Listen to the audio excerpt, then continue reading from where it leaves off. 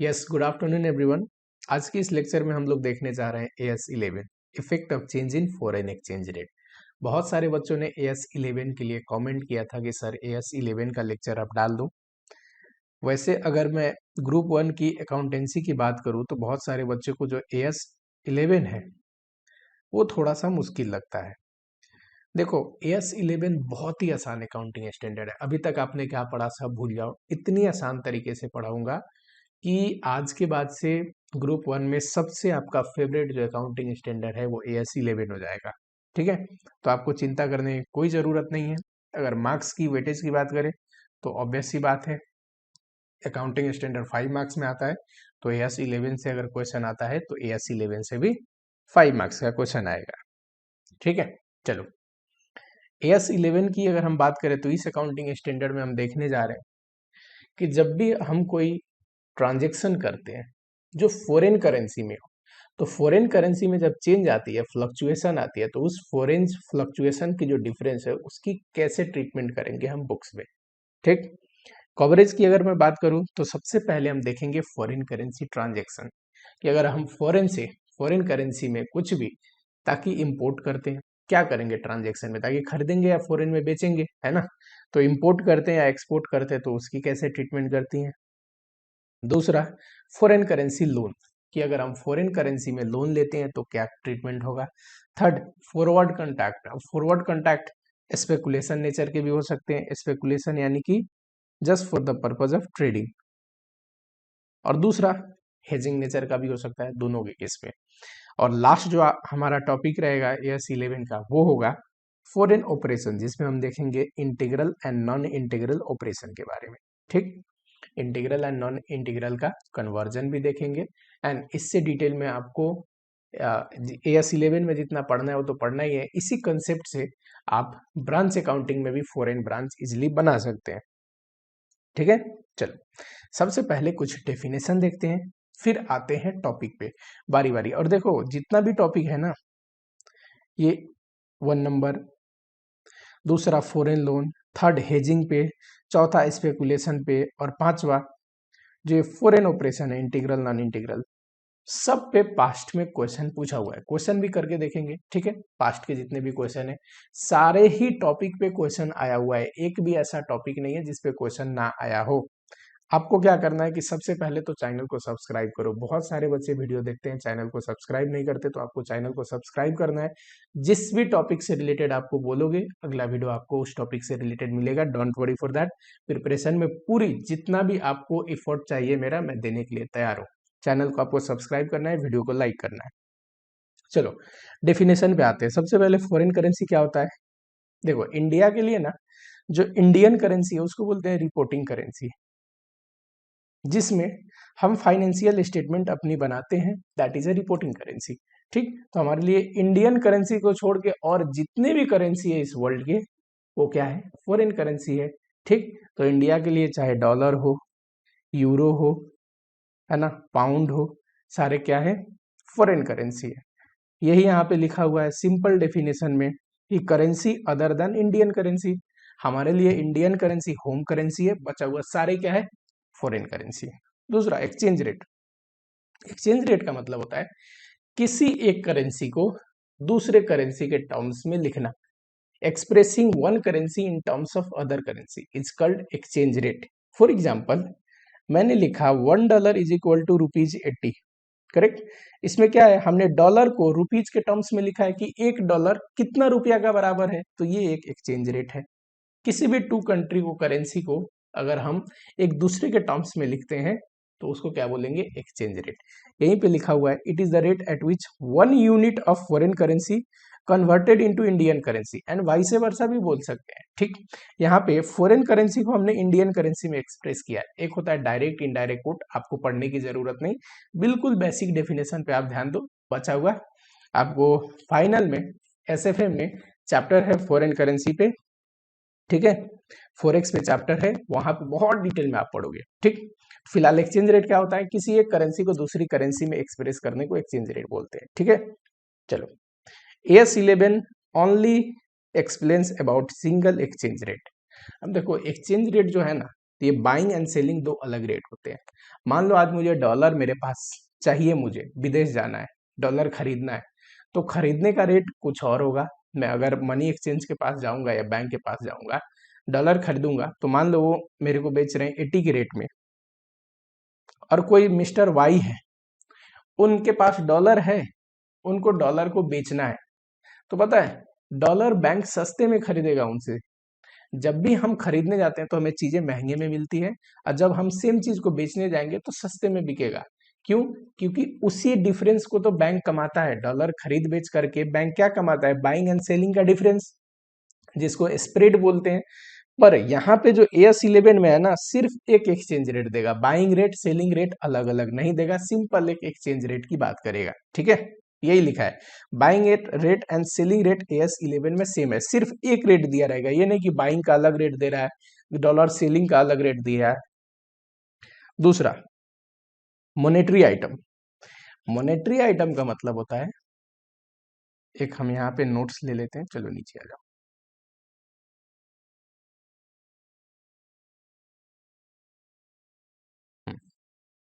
Monetary items का मतलब होता है कोई भी ऐसा एसेट्स, एसेट क्या होता है, हमें रिसीव्ड होता है, रिसीवेबल है ये, या फिर लायबिलिटी जो कि पेएबल हो। लायबिलिटी हमें पे करनी पड़ती है ना, लायबिलिटी, ताकि पेएबल है।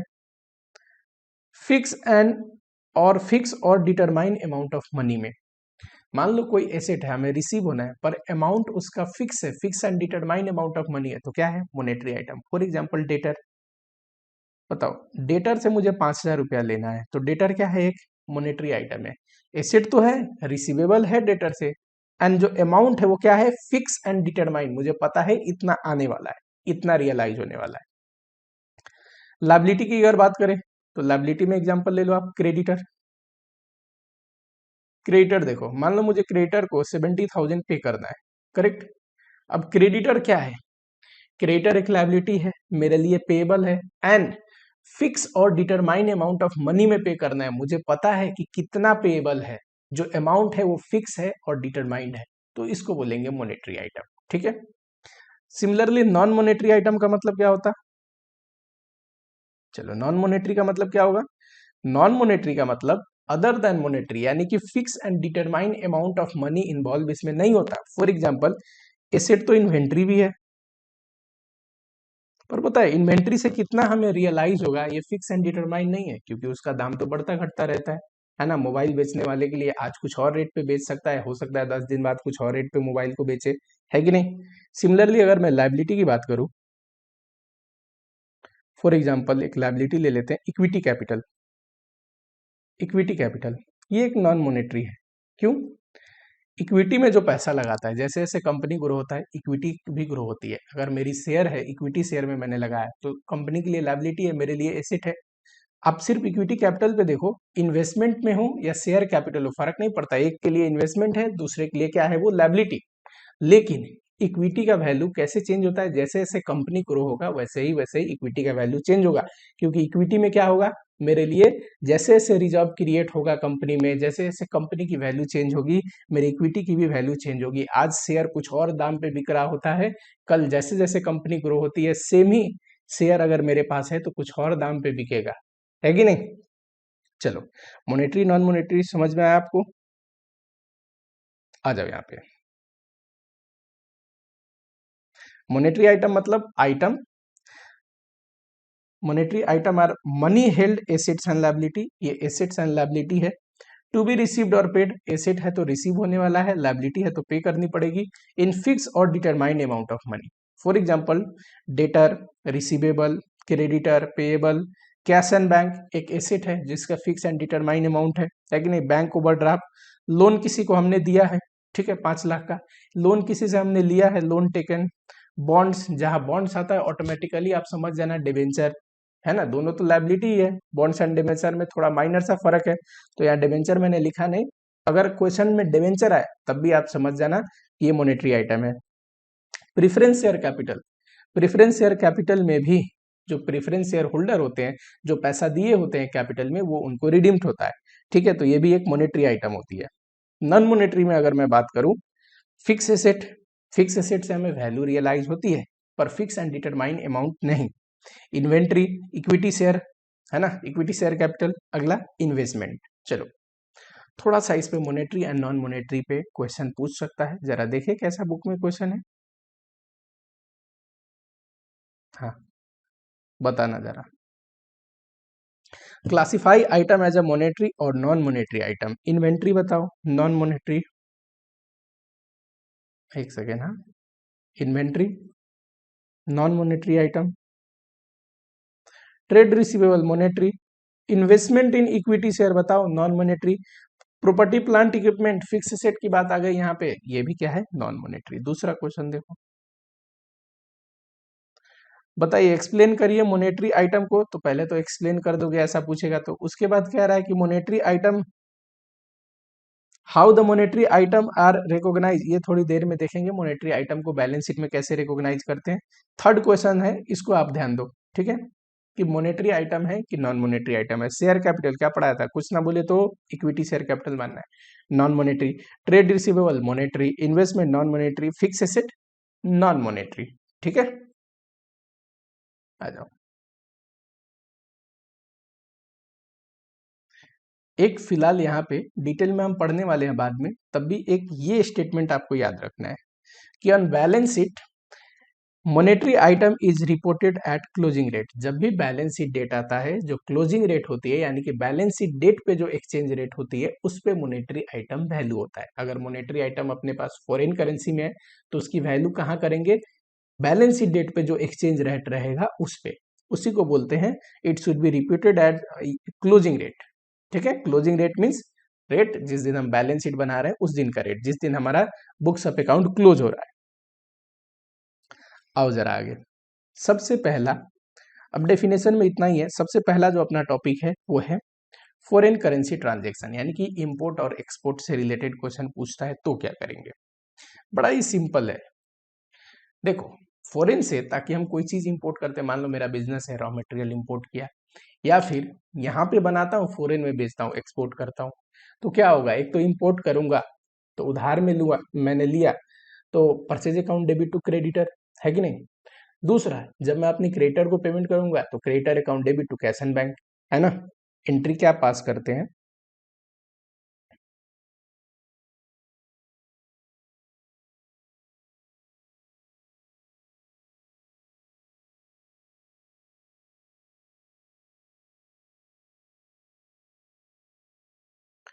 फॉरेन करेंसी में, ताकि हम इंपोर्ट करते हैं या फिर एक्सपोर्ट कर सकते हैं, ऐसा क्वेश्चन पूछ सकता है, करेक्ट।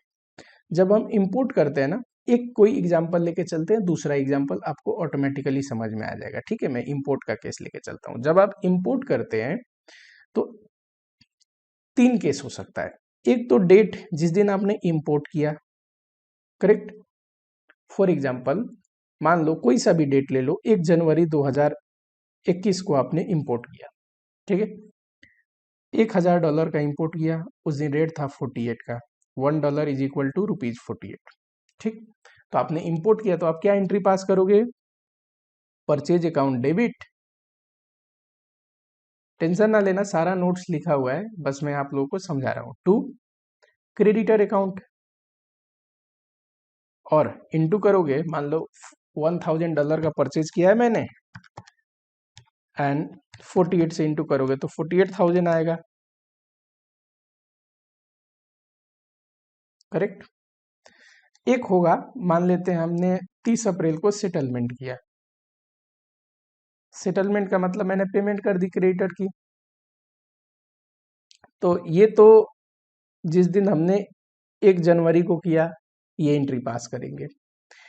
30 अप्रैल में सेटलमेंट की एंट्री पास करेंगे, क्रेडिटर को पे करेंगे to cash and bank, settlement की एंट्री क्या होगी, क्रेडिटर अकाउंट डेबिट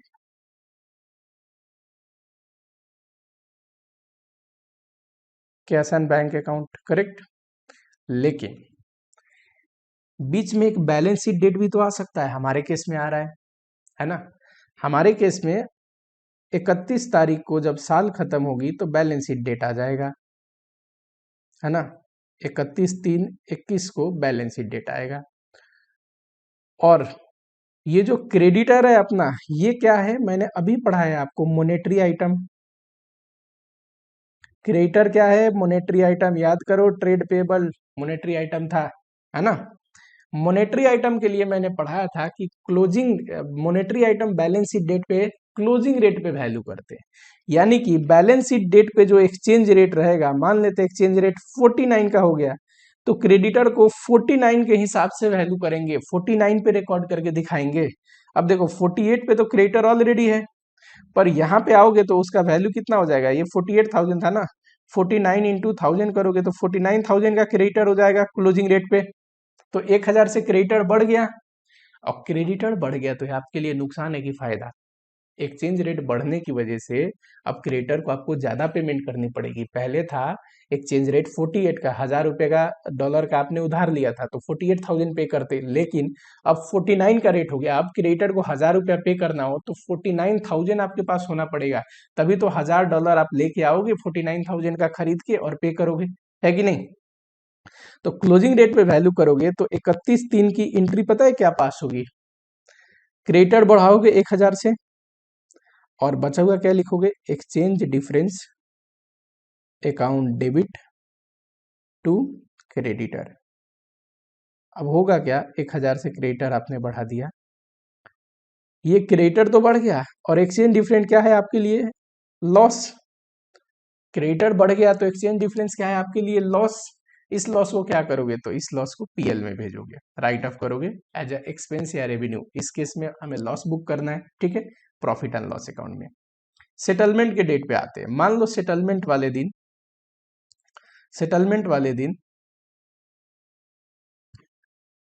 52 का रेट हो गया एक्सचेंज रेट, तो पता है आपको कितना पे करना पड़ेगा, 52 इंटू 1000, $1000 आपको पे करना था, और $1000 जब आप पे करने जाओगे तो आपको कितना पे करना पड़ेगा, $1000 के लिए 52 का रेट चल रहा है, 52,000 से वो $1000 खरीदोगे, फिर जाएगा क्रेडिटर को पेमेंट 1000 का, है कि नहीं। और बुक में क्रेडिटर 49,000 का है, पे करना है 52,000, 3000 और एक्स्ट्रा पे कर रहे हैं, तो ये क्या होगा, फिर एक्सचेंज डिफरेंस 3000 का, और ये भी कहाँ जाएगा, पीएल में ट्रांसफर करोगे, समझ रहे हो। यानी कि जब भी हम परचेज करेंगे या सेल करेंगे, यानी कि इंपोर्ट एक्सपोर्ट करेंगे, परचेज या सेल की रिकॉर्डिंग करेंगे उस रेट पे जो उस दिन जिस दिन हमने वो ट्रांजेक्शन किया रेट रहेगा उस पे। बैलेंस शीट डेट पे परचेज के केस में क्रेडिटर होगा, सेल के केस में डेटर होगा, उसको वैल्यू करेंगे बैलेंस शीट पे जो क्लोजिंग रेट होगा उस पे। अब वहां गेन या लॉस होगा एक्सचेंज डिफरेंस, ठीक है। क्रेडिटर बढ़ गया तो लॉस, क्रेडिटर घट गया तो गेन। डेटर के केस में, सेल के केस में होगा, डेटर बढ़ गया तो अपना गेन, डेटर घट गया तो लॉस, है ना। और फिर जब सेटलमेंट करेंगे तो देखो हमारा क्लोजिंग रेट पे वैल्यूड हो चुका है डेटर क्रेडिटर, तो सेटलमेंट करेंगे उस रेट पे जिस रेट पे वो था सेटलमेंट वाले दिन एक्सचेंज रेट, और उसका जो डिफरेंस आएगा उसको भी प्रॉफिट एंड लॉस अकाउंट में रिकॉग्नाइज करेंगे। फर्क सिर्फ इतना है कि ये जो 1000 का लॉस है ये इस साल में रिकॉग्नाइज होगा 1000 का लॉस, और ये 31 मार्च के बाद जब सेटलमेंट का लॉस हुआ अगले साल, तो ये तो नेक्स्ट फाइनेंशियल ईयर हो गया, तो 3000 का जो नुकसान है ये इस साल में रिकॉर्ड करेंगे, समझ रहे हो। आ जाओ अब कंसेप्ट पे। इनिशियली क्या लिखा है, 3 स्टेप में बस, एक तो रिकॉर्ड करेंगे जिस दिन इंपोर्ट या एक्सपोर्ट हुआ, दूसरा बैलेंस शीट डेट पे वैल्यू करेंगे डेटर क्रेडिटर को क्लोजिंग रेट पे, थर्ड सेटलमेंट वाले डेट पे कर देंगे, जो भी एक्सचेंज डिफरेंस होगा पीएल में जाएगा। सेम ही चीज यहाँ पे लिखा हुआ है, देखो initially recognise at rate prevailing on a date of transaction, जिस दिन सेल या परचेज हुआ उस दिन हम एंट्री पास करेंगे। परचेज के केस में purchase debit to creditor, sale के केस में डेटर डेबिट टू सेल्स, किस रेट से, जिस दिन ट्रांजेक्शन हुआ उस दिन जो एक्सचेंज रेट रहेगा उस पे। दूसरा बैलेंस शीट डेट पे वो जो डेटर क्रेडिटर है ना वो मॉनेटरी आइटम है, क्लोजिंग रेट पे वैल्यू करेंगे, ठीक। If settlement is next year settlement होगा तभी तो बीच में बैलेंस शीट डेट आएगा, सेमी साल में सेटलमेंट हो गई तो ये वाला स्टेप तो आएगा ही नहीं। और लास्ट सेटलमेंट जब करेंगे तो सेटल किस रेट पे करते हैं, जो सेटलमेंट वाले रेट होती है ना सेटलमेंट रेट पे करेंगे, rate prevailing on a date of settlement, ये यहाँ पे मैंने सिंपल समझाया है। और एक्सचेंज डिफरेंस को आपको क्या करना है, प्रॉफिट एंड लॉस स्टेटमेंट में भेजना है। ठीक है, यहाँ पे मैंने एक सेल का, अभी परचेज का एग्जांपल दिया था, सेल का एग्जांपल मान लो सेल किया हमने 30/6 को, तो रिकॉर्ड करेंगे 30/6 में जो रेट होगा उस पे सेल्स को क्या एंट्री पास करेंगे, debtor debit to sales.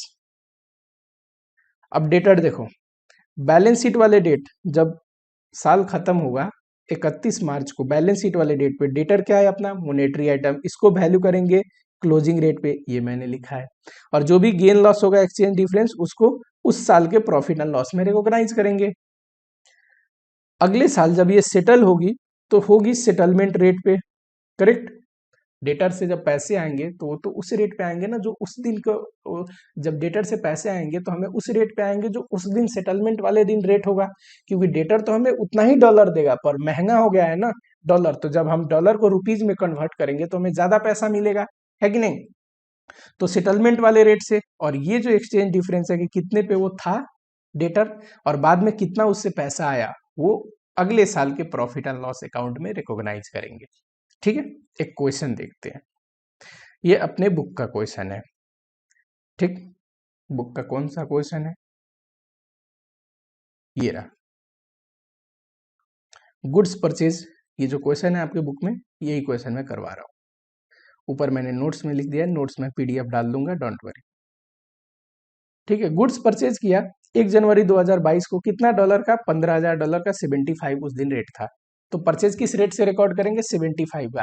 Purchase की एंट्री पे क्या पास करेंगे, वैसे एंट्री पूछा नहीं है आपके क्वेश्चन में, लेकिन आपको डिटेल में यहाँ पे पढ़ना है। Purchase account debit to creditor, ठीक है, और किस रेट पे, 15,000 इंटू 75, 11,25,000। ठीक है, तो मैंने ये लिखा।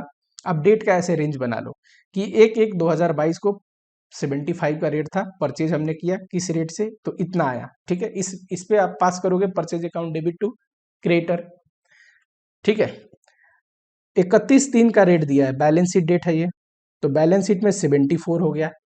और फिर डेट ऑफ पेमेंट दिया हुआ है, तो डेट ऑफ पेमेंट मैंने लिख लिया, और उस दिन रेट क्या था, 73। अब देखो, जब क्रेडिटर है अपने पास तो बैलेंस शीट डेट पे क्रेडिटर को किस रेट पे वैल्यू करोगे, 74 पे। ठीक है, तो 15,000 इंटू जब 74 करोगे तो कितना आएगा, 11,10,000। पहले क्रेडिटर था 11,25,000 पे, अब क्रिएटर को दिखाना है 11,10,000 पे, तो क्रिएटर कम हो गया ना 15,000 से, तो क्या एंट्री पास करोगे, क्रिएटर कम हो गया 15,000 से, तो creditor account debit to foreign exchange difference account. और ये फॉरेन एक्सचेंज डिफरेंस क्या है, अपने लिए गेन है, तो कहां जाएगा, प्रॉफिट एंड लॉस स्टेटमेंट में जाएगा, यही तो अभी पढ़ाया था आपको। अब क्रिएटर कितने पे दिख रहा होगा साल खत्म होने के बाद, 11,10,000 पे। अगले साल जब हमने पेमेंट करी, ठीक है, अगले साल जब हमने पेमेंट करी जुलाई में, तो रेट हो गया था 73, तो 73 के अनुसार हमें कितना पेमेंट करना पड़ा होगा, 10,95,000। अब अपना क्रेडिटर कितना है, 11,10,000 का, पर हमें पे करना है सिर्फ 10,95,000। फिर हमें गेन हो गया, क्रेडिटर जब भी घटता है तो हमें प्रॉफिट होता है, कम पे करना पड़ता है ना। ठीक है, तो ये 15,000 का गेन हो गया। देखो, सेटलमेंट किया, कैंसिल किया क्रेडिटर 11,10,000 से, बैंक से पेमेंट करनी थी सिर्फ 10,95,000 और 15,000 का गेन, और गेन को कहाँ भेज दिया, प्रॉफिट एंड लॉस स्टेटमेंट में।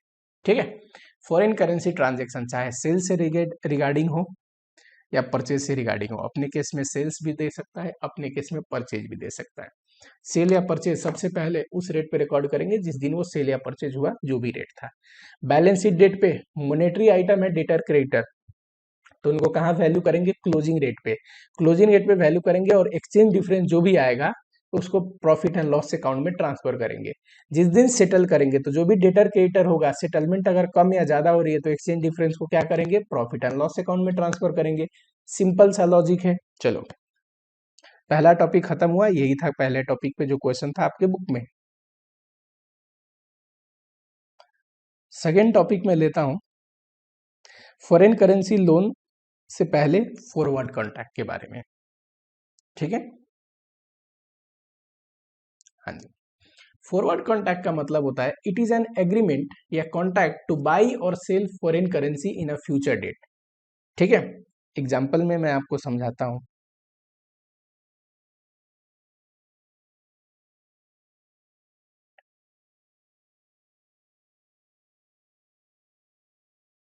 मान लो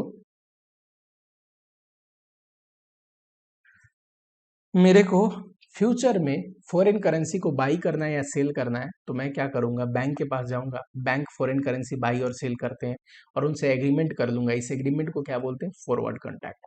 फॉरवर्ड कॉन्ट्रैक्ट ना दो किस्म का हो सकता है। फॉरवर्ड कॉन्ट्रैक्ट दो किस्म का हो सकता है। पहला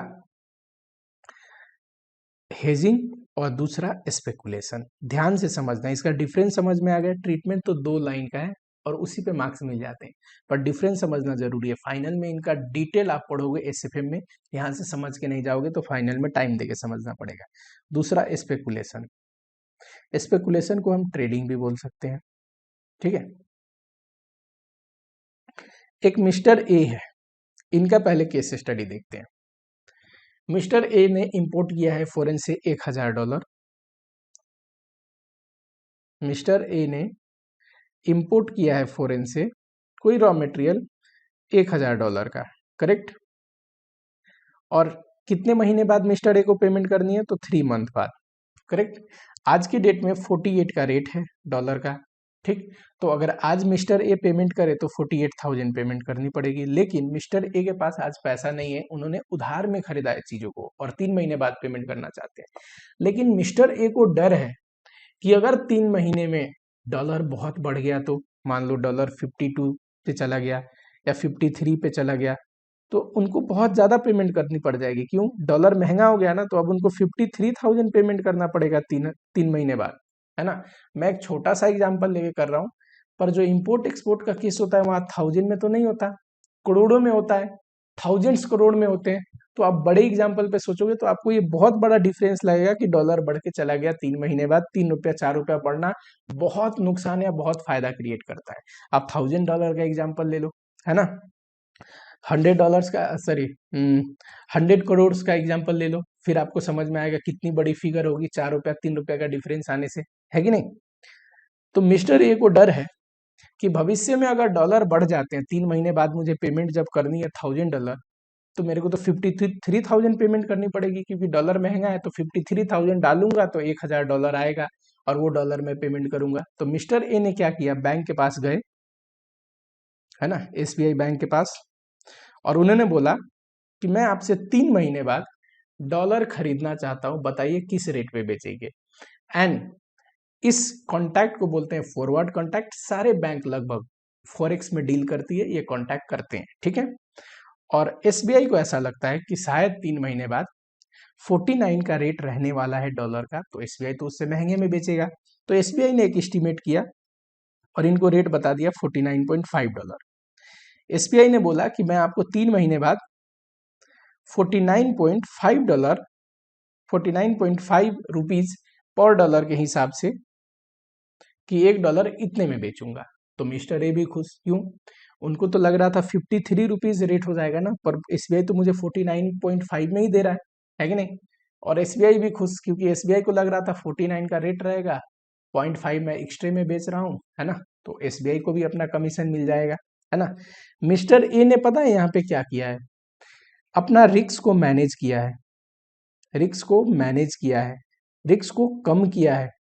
मिस्टर ए के पास एक ऑब्लिगेशन था और उस ऑब्लिगेशन में एक रिस्क एसोसिएटेड था, फॉरेन करेंसी फ्लक्चुएशन रिस्क, जिसको फॉरेक्स बोलते हैं।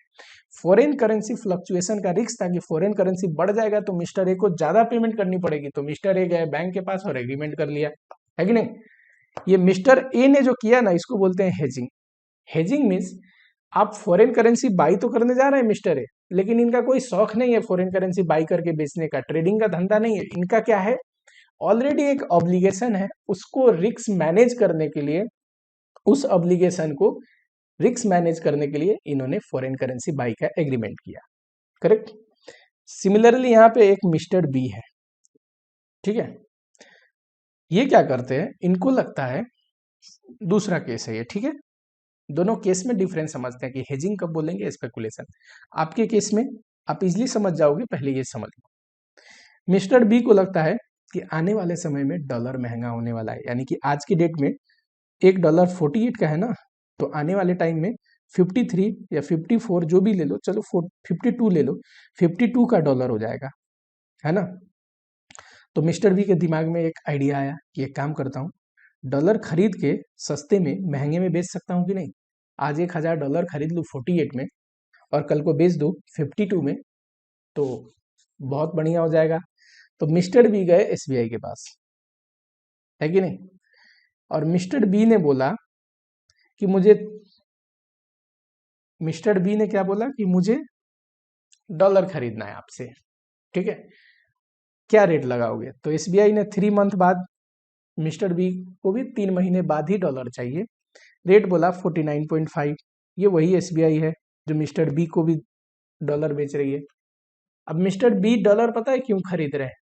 क्योंकि मिस्टर बी को लगता है डॉलर बहुत महंगा होने वाला है, मैं एसबीआई से अगर खरीदने का एग्रीमेंट बना लूं तो 3 महीने बाद एसबीआई से 49 पे खरीदूंगा डॉलर, 49.5 पे, और मार्केट में ले जाके 52 पे बेच दूंगा।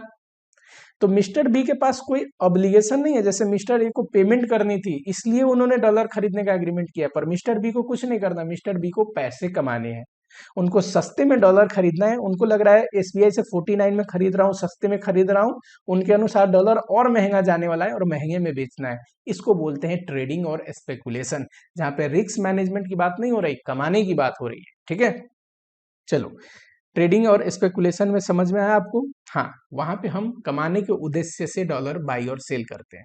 यहाँ पे क्या करते हैं हेजिंग में? रिस्क मैनेज करने के लिए, ठीक है।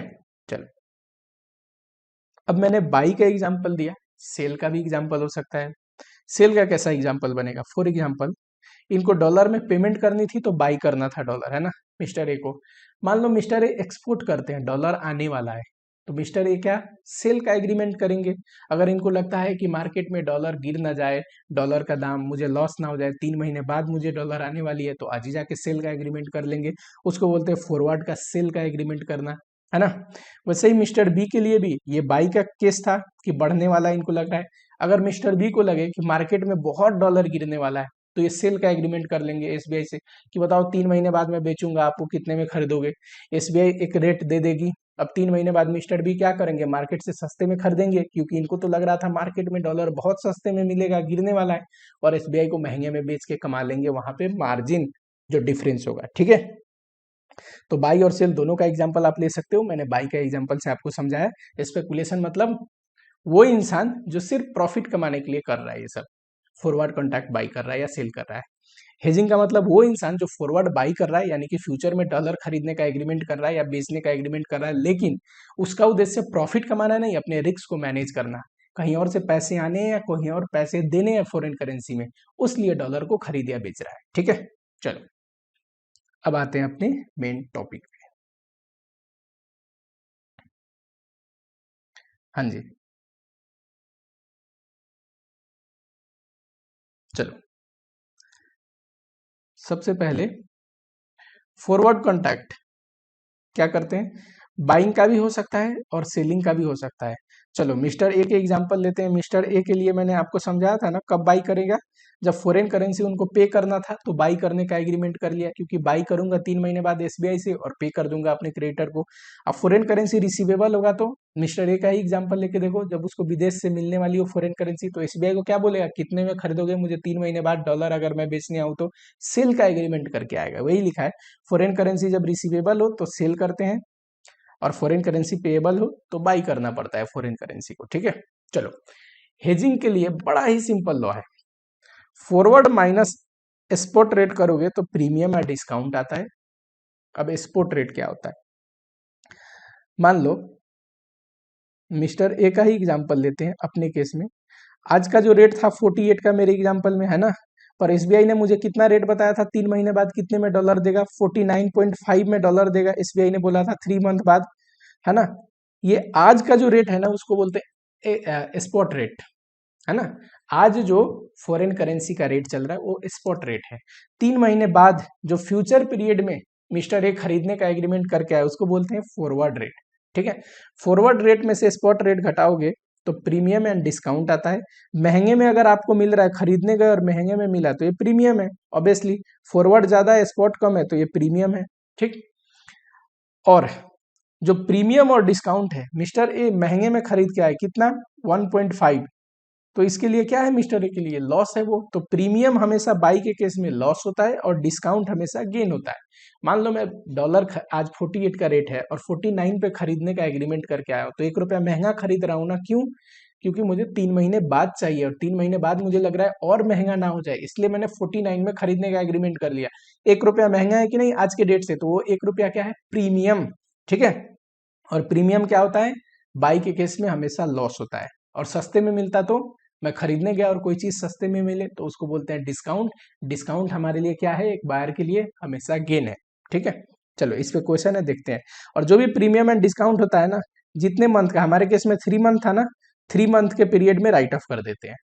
ठीक है, अब देखो मान लो बैलेंस शीट इधर पड़ गया तो बीच में 2 मंथ इधर है और 1 मंथ इधर है, तो कोई नहीं, 3 महीने में राइट ऑफ करना है ना, तो प्रीमियम डिस्काउंट 2 मंथ का इस साल में रिकॉग्नाइज करेंगे और 1 मंथ का अगले साल में रिकॉग्नाइज करेंगे।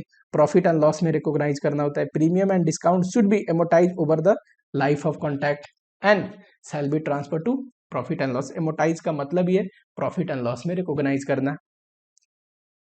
ये आपके बुक में क्वेश्चन दिया हुआ है एक, बड़ा ही आसान क्वेश्चन है, करके तो देखो आपको समझ में आएगा। क्वेश्चन मुश्किल नहीं होते, कंसेप्ट बस उसको एक एक चीज को गहराई से पढ़ो। चलो, फॉरवर्ड रेट आज के डेट में है 49.515, स्पॉट रेट दिया हुआ है 48। आप डॉलर, चलो ये क्वेश्चन मैं पढ़वा देता हूँ, बुक का क्वेश्चन है, पढ़ के ही करते हैं।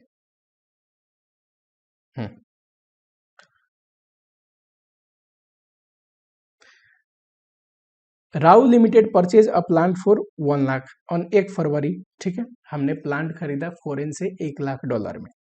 पेएबल आफ्टर 3 मंथ, अब मुझे क्या करना है, 3 महीने बाद पे करना है। ठीक है, मिस्टर ए का याद करो, मिस्टर ए था, कहीं से खरीदे थे रॉ मटेरियल और उनको पे करना था। Company inter into forward contract for 3 month, और 3 महीने बाद अगर कंपनी को पे करना है $1 लाख विदेश में, तो गई और बैंक से फॉरवर्ड कॉन्ट्रैक्ट ले ली। ठीक है, इस रेट पे फॉरवर्ड मिला, तो ये कौन सा रेट है, forward rate. Exchange rate on 1 फरवरी, 1 फरवरी मतलब आज का डेट, ये कौन सा रेट है, स्पॉट रेट। स्पॉट रेट का मतलब आज का रेट। फॉरवर्ड रेट 3 महीने बाद कितने में बैंक मेरे को बेचने वाला है, वो फॉरवर्ड रेट है। How will we recognise profit and loss in book of Rao. बताओ, ये स्पेकुलेशन है कि हेजिंग है? ऑब्वियसली ये हेजिंग है। क्यों, हम क्यों डॉलर खरीद रहे हैं, डॉलर हमें विदेश में पे करना है, कहीं से हमने उधार में सामान खरीदा हुआ है, प्लांट खरीदा है, इसलिए डॉलर खरीद रहे हैं। हमें ये डर है कि डॉलर का दाम बहुत महंगा ना हो जाए 3 महीने बाद, अगर बहुत महंगा हो जाएगा तो मुझे बहुत ज्यादा पैसे पेमेंट करने पड़ जाएंगे। तो ये कौन सा केस है, हेजिंग। जब भी हम कोई लायबिलिटी है अपने पास, उस वजह से डॉलर खरीद रहे हैं, या फिर कहीं से पैसे आने हैं उस वजह से डॉलर बेच रहे हैं, तो उसको हेजिंग बोलते हैं। ठीक है, यहाँ पे अपने पास $1 लाख की लायबिलिटी है, तो हेजिंग के लिए खरीद रहा है। हाँ जी, हेजिंग के लिए जब डॉलर हम बाई करते हैं, फॉरवर्ड बाई करते हैं, तो क्या करते हैं, premium and discount shall be amortise over the life of contract. ठीक है, चलो यहीं पे इसका सॉल्यूशन करवा देता हूँ, छोटा सा तो है। पहले प्रोविजन लिखना जो मैंने अभी पढ़ा है, उसके बाद अगर आप फॉरवर्ड रेट देखोगे तो कितना है, फॉरवर्ड रेट 49.15। स्पॉट रेट देखोगे तो ये कितना है, आज का रेट 48.15। ठीक है, तो कितना आएगा, 49.15 माइनस 48.85, ये मिस्टेक हो गया है, 48.85, ये आएगा 0.3, और इंटू करोगे $1 लाख से, तो ये आएगा 30,000। पहले तो प्रीमियम कितना आएगा, प्रीमियम 0.3, ये $1 पे है। ठीक है, टोटल हमारे पास कितना डॉलर है, $1 लाख का। पेएबल कितना है अपना, $1 लाख। तो लॉस कितना हो जाएगा, टोटल लॉस 0.3 इंटू 1 लाख, 30,000। 30,000 कैसे हमें एमोटाइज करना है, over the life of contract. 3 महीने का अपने पास एग्रीमेंट है ना, तो 3 महीने में ये करना है, लेकिन बीच में बैलेंस शीट डेट पड़ रहा है क्या, हाँ, एक फरवरी को हमने लिया है। 3 महीना, पूरा फरवरी, पूरा मार्च, पूरा अप्रैल, 30 अप्रैल को हमें पेमेंट करनी होगी, है ना। बीच में 31 मार्च पड़ जाएगा, 31 मार्च में साल खत्म हो जाएगा। अब ये 30,000 पूरे 3 महीने का है, तो 31 मार्च से पहले 2 महीना तो पिछले साल में पड़ जाएगा, 1 महीना अगले साल में पड़ेगा, तो 20,000 पिछले साल इस साल बुक कर लेंगे जो अपना है X1 ईयर जो है एंडिंग, और 10,000 जो बचेगा वो अगले साल एमोटाइज करेंगे, ठीक है। क्योंकि लॉ क्या कहता है, premium and discount should be amortise over the life of contract. जितने मंथ का कॉन्ट्रैक्ट है, जितने समय का कॉन्ट्रैक्ट है, उसमें बांट के उतने समय में एमोटाइज करोगे। अगर बीच में बैलेंस शीट पड़ गया तो अप टू बैलेंस शीट पिछले साल में आ जाएगा, बैलेंस शीट के बाद वाले जो हिस्सा है वो अगले बार आएगा। समझ में आएगा?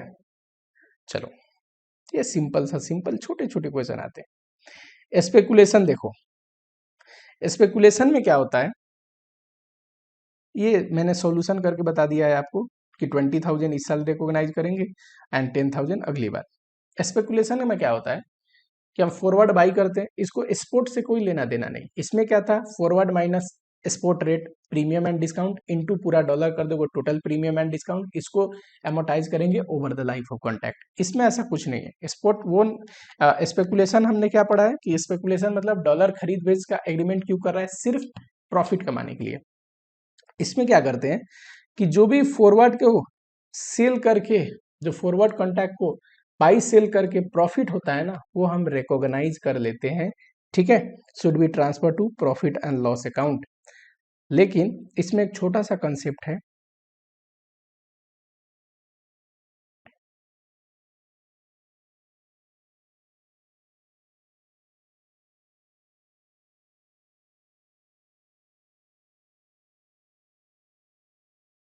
अब आते हैं स्पेकुलेशन पे। स्पेकुलेशन पे मान लो 1 जनवरी को मैंने $1 का रेट था 48, ठीक है, और $1,000 पे $1,000 का फॉरवर्ड बाई कर लिया, करेक्ट। फॉरवर्ड बाई कर लिया 5 मंथ के लिए, टाइम क्या है 5 मंथ। तो पता है ये 5 मंथ कब खत्म होगा, पूरी जनवरी फरवरी मार्च अप्रैल मई, 30 मई को। 30 मई को मान लो रेट है $1 इज इक्वल टू 52। अब देखो मैंने बाई कितने पे किया है 48 पे, अब बेचूंगा कितना 52 पे, तो $4 का मुझे फायदा हो रहा है कि नहीं, $4, और टोटल क्वांटिटी कितना है 1,000, तो 4,000 का फायदा हो रहा है पूरी कॉन्ट्रैक्ट में, 4,000 का फायदा हो रहा है। तो ये 4,000 प्रॉफिट एंड लॉस स्टेटमेंट में हमें रिकॉग्नाइज करना है। यही मैं बता रहा हूं आपको स्पेकुलेशन में कि जो भी प्रॉफिट एंड लॉस होगा एक स्पेकुलेशन ट्रांजेक्शन में फॉरवर्ड को बेच के वो हमें प्रॉफिट एंड लॉस स्टेटमेंट में रिकॉग्नाइज करना है। लेकिन अगर बीच में बैलेंस शीट डेट आ जाए तो फॉरवर्ड को बैलेंस शीट डेट में करते हैं mark to market. Mark to market का मतलब होता है फॉरवर्ड कॉन्ट्रैक्ट को वैल्यू करेंगे मार्केट प्राइस पे। इस दिन जो भी रेट रहेगा ना उस रेट पे उस कॉन्ट्रैक्ट को वैल्यू करेंगे और जो भी गेन लॉस होगा रिकॉग्नाइज कर लेंगे। फॉर एग्जांपल मान लो इस दिन रेट हुआ 50 या 51, मान लो 50 मत मानो, आप कंफ्यूज हो जाओगे 50 से। मान लेते हैं इस दिन रेट था 49, ठीक है 49, तो एस कहता है कि 49 पे आपको वैल्यू करना है। ओरिजिनली आपने जब भी फॉरवर्ड बाई किया तो 48 के हिसाब से बाई किया, ठीक है, 48,000 टोटल वैल्यू हो गया, 1,000 इंटू करोगे तो अब 49, तो ये जो ₹1 का डिफरेंस है ना, ₹1 का गेन, दाम बढ़ गया ना ₹1, जब कोई चीज बाई करे हो 48 पे, बैलेंस शीट डेट पे 49 का हो गया तो ₹1 दाम बढ़ गया, आपके लिए प्रॉफिट है। तो ये इसी साइड रिकॉग्नाइज कर लो ₹1 का प्रॉफिट, यानी कि ₹1 इंटू 1,000 करोगे तो ₹1,000 इधर, एंड ये जो बचे हुए 3,000 का प्रॉफिट होगा ना, क्योंकि अब तो 49 पे आपने वैल्यू कर दिया, अब बाद में दाम बढ़ के जब एक्सपायर हो रहा है तो कितने का हो गया 52, ये जो ₹3 पर डॉलर का प्रॉफिट हो रहा है ना 3,000, ये अगले साल रिकॉग्नाइज करना। वैसे टोटल कॉन्ट्रैक्ट में कितना 4,000 का प्रॉफिट हो रहा है, लेकिन बैलेंस शीट डेट पे फॉरवर्ड जो स्पेकुलेशन फॉरवर्ड कॉन्ट्रैक्ट है उसको मार्क टू मार्केट करते हैं, और मार्क टू मार्केट करने की वजह से जो गेन और लॉस होगा वो प्रॉफिट एंड लॉस में इसी साल रिकॉग्नाइज कर लेंगे।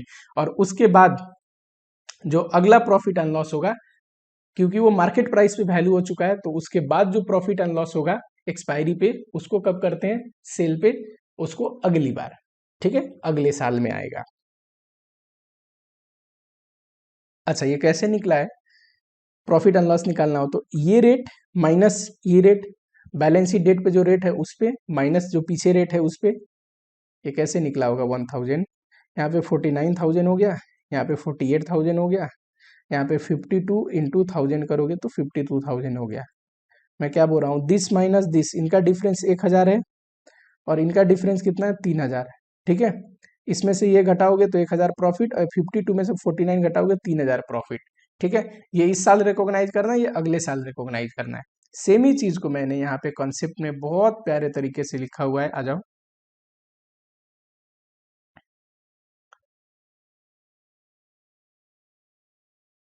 कि profit and loss of sale of forward contract should be transfer to profit and loss account on balance sheet date, forward contract should be mark to market. यानी कि balance sheet date पे एक तो profit and loss recognise करेंगे, कैसे, market rate जो होगा उस दिन का माइनस कर देंगे फॉरवर्ड जो हमने बाई किया था, बाई रेट, है ना। और आगे जब फिर उसको सेल करेंगे तो सिंस वो मार्केट रेट पे हो चुका है तो सेल वाले रेट जिस दिन सेटलमेंट होगी उस रेट से घटाएंगे कौन सा, मार्केट वाला रेट। हमारे केस में क्या था, ये 49,000 याद करो बैलेंस शीट पे डेट, ये 48 पे बाई करे थे, सेटलमेंट वाले दिन 52,000 हो गया था, करेक्ट। और बैलेंस शीट पे 49, तो 49 तक का तो प्रॉफिट रिकॉग्नाइज कर लिए तो 49 घटा देंगे, ठीक है। और ये 1000 पिछले साल आया था, अगले साल आया था कि 3000 यहाँ पे, समझ रहे हो। यही एग्जांपल, एक और एग्जांपल मैंने दिया है।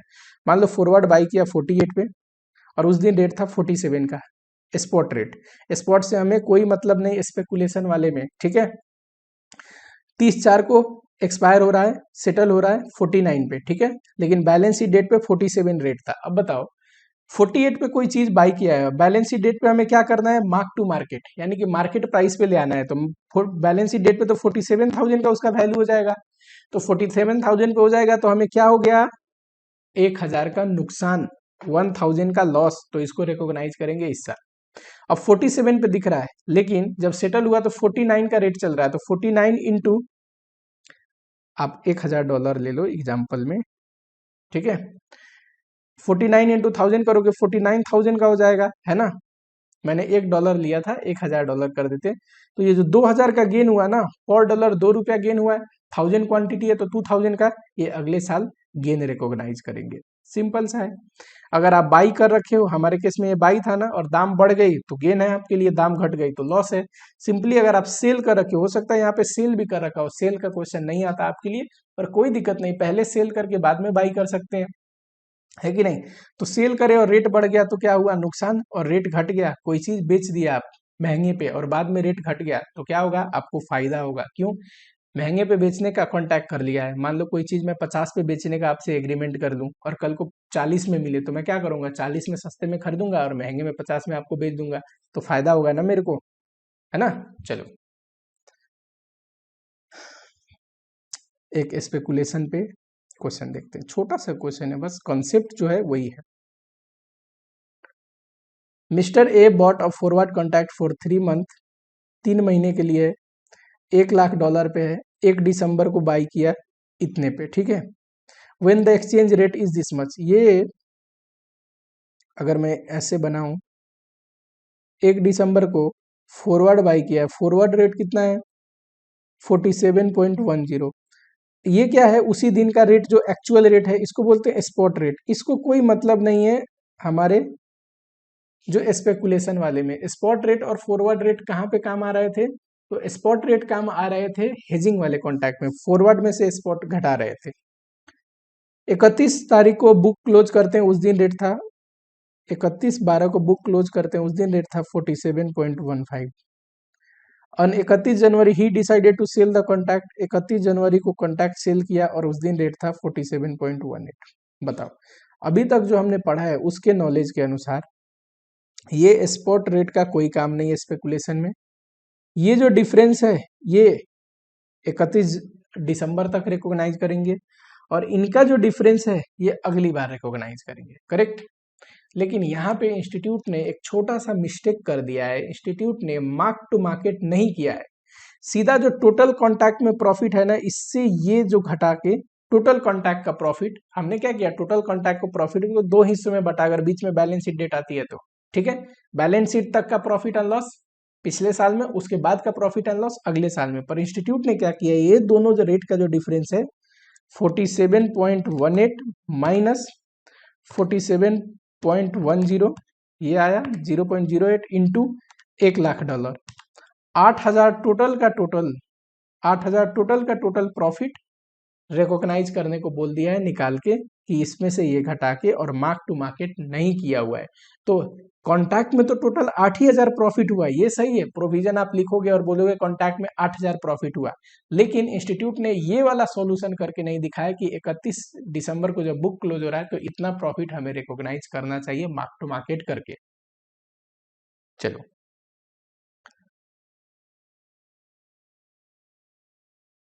बुक का ही क्वेश्चन है आपके, ठीक है। स्पेकुलेशन कॉन्ट्रैक्ट समझ में आ गया, आसान है बिल्कुल। सेल जिस रेट पे हुआ है और बाई जिस रेट पे हुआ है फॉरवर्ड, वो हमें ध्यान देना है, और एक बीच में बैलेंस शीट रेट है उसको ध्यान देना है। स्पॉट रेट से कोई लेना देना नहीं। लॉ कहता है बाई रेट, जिस दिन हमने बाई किया और जिस दिन सेल कर रहे हैं, उन दोनों का रेट का डिफरेंस हमें प्रॉफिट लॉस में रिकॉग्नाइज करना है। लेकिन बीच में अगर बैलेंस शीट डेट है तो वहां मार्क टू मार्केट का कंसेप्ट आता है कि up to balance sheet mark to market करेंगे, बैलेंस शीट डेट पे मार्केट प्राइस पे वैल्यू करेंगे, गेन लॉस रिकॉग्नाइज कर लेंगे, और उसके बाद इस डिफरेंस को बाद में रिकॉग्नाइज करेंगे, ठीक है। चलो, पूरी प्रोविजन लिख देना आप और करके भी बता देना। इंस्टीट्यूट ने अगर कोई चीज छोड़ी है, आप पूरा 8,000 बोलोगे प्रॉफिट एंड लॉस है कॉन्टैक्ट का, अगर आप सोल्यूशन देखोगे इंस्टीट्यूट के बुक में तो वैसे ही दिया हुआ है, ठीक है। दोनों का डिफरेंस इंटू 1,00,000 क्वांटिटी करके 8,000 प्रॉफिट एंड लॉस जो कॉन्टैक्ट में आएगा। सबसे पहले तो प्रोविजन लिखना, कभी भी कुछ भी आए, जो मैंने ऊपर प्रोविजन लिख रखा है कि इफ अगर forward contact in the nature of speculation और ट्रेडिंग है, तो जो भी गेन और लॉस होगा on sale of such forward contacts will be transfer to profit and loss statement, ठीक है। और साथ ही में ये स्टेटमेंट भी लिखना कि बैलेंस शीट डेट पे मार्क टू मार्केट करेंगे। अगला, फॉरेन करेंसी लोन, ये अपना थर्ड केस है, फॉरेन करेंसी लोन। फॉरेन में अगर हम फॉरेन करेंसी में लोन लेते हैं तो शॉर्ट टर्म लोन भी हो सकता है, लॉन्ग टर्म लोन भी हो सकता है। मैंने बड़ा ही सिंपल तरीके से कैटेगराइज कर दिया। Long term loan business purpose के लिए भी ले सकते हैं, या लॉन्ग टर्म लोन किसी एसेट के लिए ले सकते हैं, जिसको मैं क्वालिफाइंग एसेट भी बोल रहा हूँ यहाँ पे, या डिप्रिसिएबल एसेट, जो भी बोलो आप, ठीक है। तो लॉन्ग टर्म लोन एसेट के लिए भी ले सकते हैं, फिक्स एसेट लिख दो कोई बात नहीं, और अदर बिजनेस पर्पज के लिए भी ले सकते हैं। शॉर्ट टर्म लोन में आते हैं। सेम शॉर्ट टर्म लोन कैसा है, जैसे फॉरेन करेंसी ट्रांजेक्शन हमने किया था। मान लो कि लोन जिस दिन हमने लिया, जिस लोन पे जो डेट होगा, जिस दिन हम लोन लिए उस लोन पे, उस डेट पे जो रेट होगा उस रेट पे हम रिकॉर्ड करेंगे। यहाँ पे मैंने लोन टेकन, तो bank account debit to foreign loan. मान लो 60 का रेट है तो 60 पे एंट्री पास करेंगे। $1,000 होता है अगर लोन का रकम, तो कितना होता है इंटू करके 60,000, 60,000, है ना।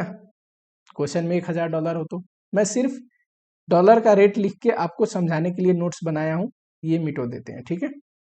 जो भी होगा, जितना भी क्वांटिटी डॉलर का लोन का, वो इनटू कर लेंगे।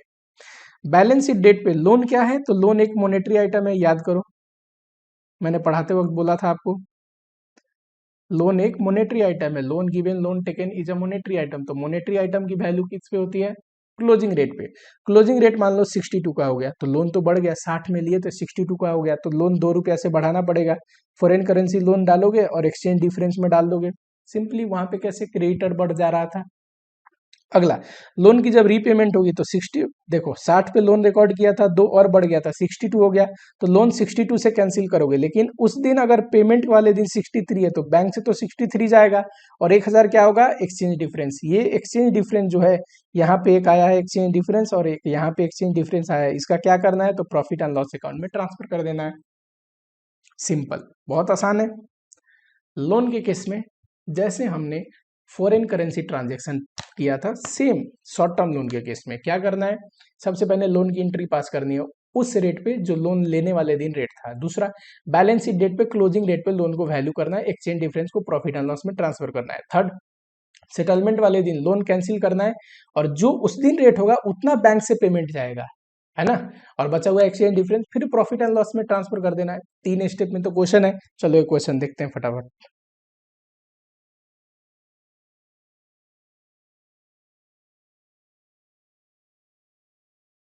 हम्म,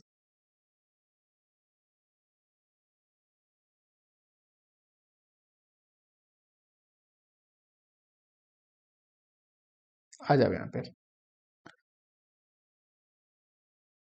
कलीम लिमिटेड borrowed कितना 4,50,000 बोरो किया है, लोन लिया है, अब फॉरेन करेंसी में लोन है, तो हमारा ट्रांजेक्शन कौन सा हो गया, फॉरेन करेंसी का। ठीक है, चलो कोई बात नहीं। इतना 1 जनवरी 2001 को, 2021 मान लो, ये X1 प्रोनाउंस करने में दिक्कत होता है, 2021 में बोल रहा हूँ। Which is to be repaid on 31/7, यानी कि 31 जुलाई 2021 को हम उस लोन को रीपे करने वाले हैं। कितने मंथ के लिए लोन लिया है, 7 मंथ के लोन। आपको देख के नहीं लग रहा शॉर्ट टर्म लोन है, शॉर्ट टर्म ही लोन है। Long term loan more than 1 year का जब आए, 2 साल 3 साल का डेटा देगा, लॉन्ग टर्म लोन है किसी मंथ में डेटा देगा, शॉर्ट टर्म लोन है। ठीक है, शॉर्ट टर्म लोन में क्या, लोन रिकॉग्नाइज करेंगे, बैलेंस शीट डेट पे क्लोजिंग डेट पे वैल्यू करेंगे और लास्ट सेटलमेंट करेंगे। ठीक है, क्लोजिंग डेट पे वैल्यू करते टाइम एक्सचेंज डिफरेंस आएगा, प्रॉफिट एंड लॉस में जाएगा, सेटलमेंट में जो एक्सचेंज डिफरेंस आएगा प्रॉफिट एंड लॉस अकाउंट में जाएगा, सिंपल। चलो आगे पढ़ो। कलीम प्रिपेयर फाइनेंशियल स्टेटमेंट और 31/3, ठीक है कोई बात नहीं, 31/3/2021। अब यहाँ पे जो टाइम लिमिट है वो ये है, 1/1 को हमने लोन लिया, 31/7 को ये लोन डेट है, हम पे करने वाले हैं, लेकिन बीच में एक ये डेट आ रहा है जो कि हमारा बैलेंस शीट डेट है, रेट दिया हुआ है। लोन लिया उस दिन 48 का रेट था, जिस दिन बैलेंस शीट है उस दिन 49 का रेट था, तो लोन को 49 पे वैल्यू करेंगे। ठीक है, और जिस दिन पेमेंट करी उस दिन 49.5 का रेट था। चलो आ जाओ सॉल्यूशन करते हैं।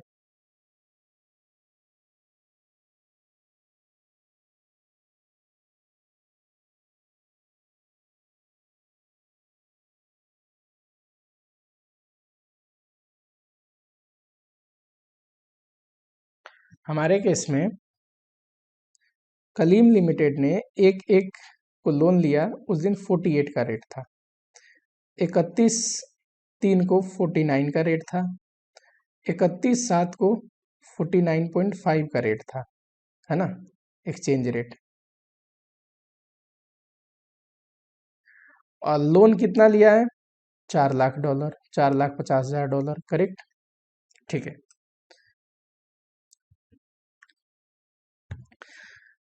जब यहाँ पे हमने लोन लिया है तो पता है 48 का रेट था, तो कितना लोन मिला होगा, 4,50,000 इंटू 48,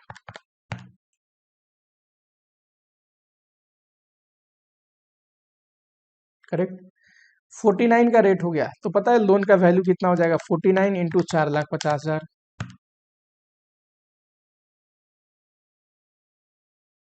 ये जो डिफरेंस है क्लोजिंग रेट पे जब वैल्यू करेंगे तो क्या करेंगे, इस डिफरेंस को 4,50,000 का डिफरेंस को प्रॉफिट एंड लॉस अकाउंट में ट्रांसफर करेंगे। लोन पेमेंट हुई 49 के रेट से, तो 49.5 इंटू 4,50,000 करोगे तो हमें पेमेंट पता है इतना करना पड़ा होगा।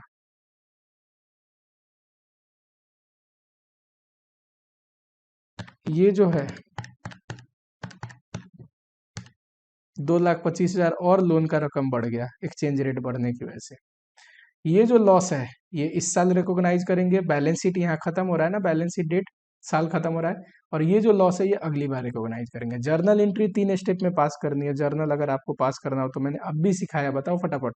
लोन जिस दिन लिया, लोन टेकन, उस दिन क्या क्या एंट्री पास होगी, bank debit to foreign currency loan. ठीक है,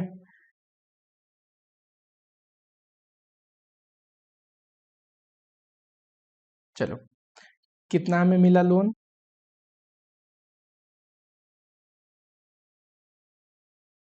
नायरेशन आप लिख लेना।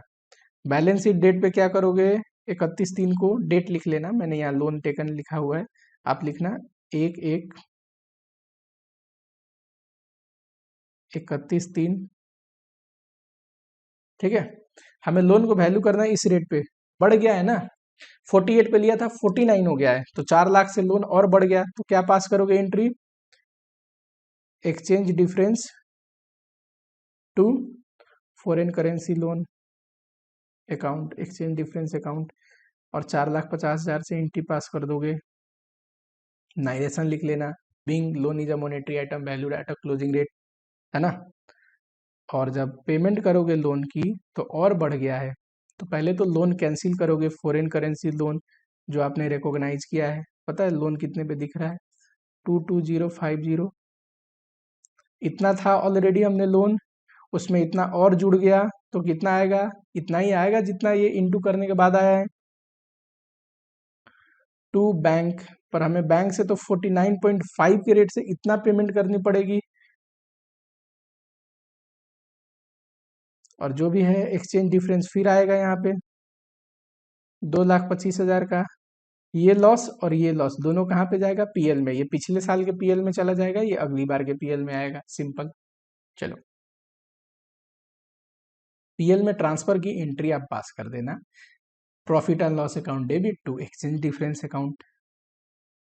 चलो, यही लोन अगर हमने लॉन्ग टर्म पर्पस के लिए लिया होता, जो लोन का केस मैं पढ़ा रहा हूं आपको, लॉन्ग टर्म पर्पस के लिए किसी एसेट के लिए, तो पता है क्या करते, सिंपल सा छोटा सा, वो जो 3 स्टेप है ना, उसमें एक्सचेंज डिफरेंस आ रहा है कि नहीं, लोन लिया, valued at closing rate, payment करी, एक्सचेंज डिफरेंस आ रहा है।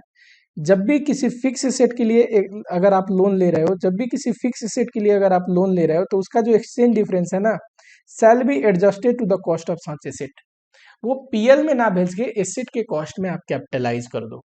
पैरा 46A जो है AS11 का, उसमें ये ऑप्शन देता है कंपनी को कि अगर आप लोन किसी फिक्स एसेट के लिए ले रहे हैं, तो जब भी आप एक्सचेंज डिफरेंस, सेम अपना केस है, मान लो वो लोन शॉर्ट टर्म के लिए ना लेके लॉन्ग टर्म के लिए लिया होता किसी फिक्स एसेट के लिए, तो क्या करता, फिक्स एसेट के कॉस्ट में कैपिटलाइज कर देता लोन को।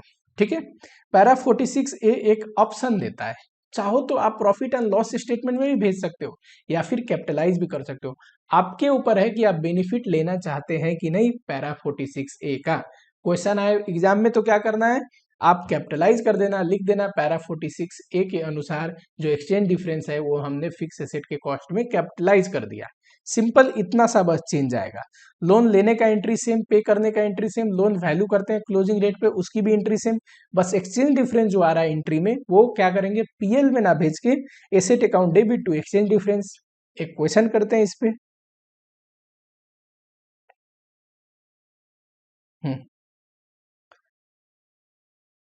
Mister A purchase of fix asset 3,000 lakh का, 1/1/2001 को, 2021 में बोलता हूँ, ठीक है, जो भी प्रोनाउंस है, ये X1 तो कुछ भी हो सकता है, 2021, 2011, ठीक है, 2021 बोलते हैं, आपका रिसेंट ईयर है। And the same was fully financed by foreign loan, payable in 3 annual instalment. बताना ये लॉन्ग टर्म लोन है कि शॉर्ट टर्म लोन है, long term loan related to asset, मैंने पढ़ाया था ना अभी। चलो, exchange rate is $40 and $42.5 on एक। ये कौन सा डेट है, जिस दिन हमने लोन लिया, एसेट खरीदा, और ये कौन सा डेट है, साल खत्म होने के बाद। First instalment was repaid on, जैसे साल खत्म हुई पहला इंस्टॉलमेंट रीपे हुआ, अगला 2 इंस्टॉलमेंट आगे पे होगा, कोई बात नहीं। Entire difference has been capitalise, और कंपनी ने क्या किया, पूरा का पूरा एक्सचेंज डिफरेंस कैपिटलाइज कर दिया। देखो, कंपनी के पास तो ऑप्शन है ना कि एक्सचेंज डिफरेंस को कैपिटलाइज कर सकती है, या ये भी ऑप्शन है कि एक्सचेंज डिफरेंस को पीएल में भेज सकती है कि नहीं। 46A का बेनिफिट कंपनी ले तो कैपिटलाइज कर देगी, तो कंपनी ने जो ट्रीटमेंट किया होगा वो सही किया होगा। 46A का बेनिफिट ना ले तो कंपनी उसको क्या करेगी, पीएल में राइट ऑफ करेगी, सिंपल सा बात है। चलो देखते हैं यहाँ पे, अगर आप सॉल्यूशन करोगे, देखो एसेट्स की वैल्यू कितनी है, 3,000 लाख, तो फॉरेन करेंसी लोन कितना लेना पड़ेगा, पता है, ये जो डेट है ना, जिस दिन हमने लोन लिया 3,000 लाख का, उस दिन रेट चल रहा था $1 इज इक्वल टू 40। जिस दिन हमने साल खत्म में फर्स्ट इंस्टॉलमेंट पे किया ना, फर्स्ट इंस्टॉलमेंट पे किया, उस दिन रेट चल रहा था 42 का, यानी कि हमने लोन लिया तो 40 का रेट था, और 42 का साल के एंड में रेट बढ़ गया, तो 42 का रेट हो गया, तो इसका मतलब हमें नुकसान हो रहा है कि नहीं, एक्सचेंज डिफरेंस हो रहा है ₹2 का, इसी का ट्रीटमेंट करना सीखना है। चलो, फॉरेन करेंसी लोन कितना लेना पड़ेगा, 3,000 लाख लेने के लिए 40 से डिवाइड कर दो,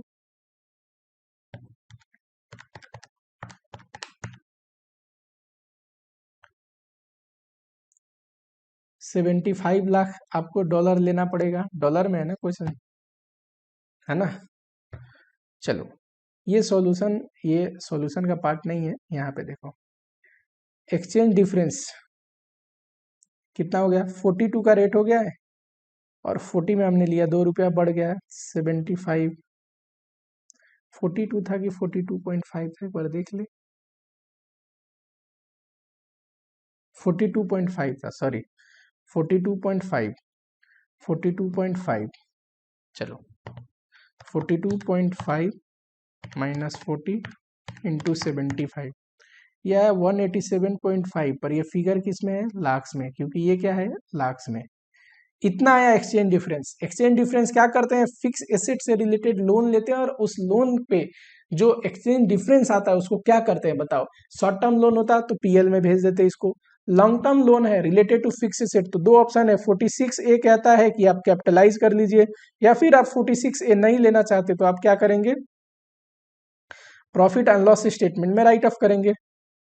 करेक्ट।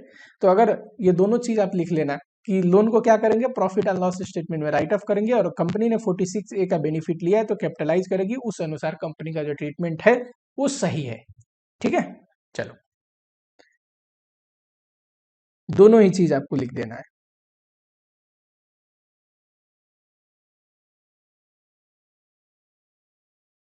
ज्यादातर केस में लोग कैपिटलाइज कर देते हैं, कोई दिक्कत नहीं है सॉल्यूशन देते time.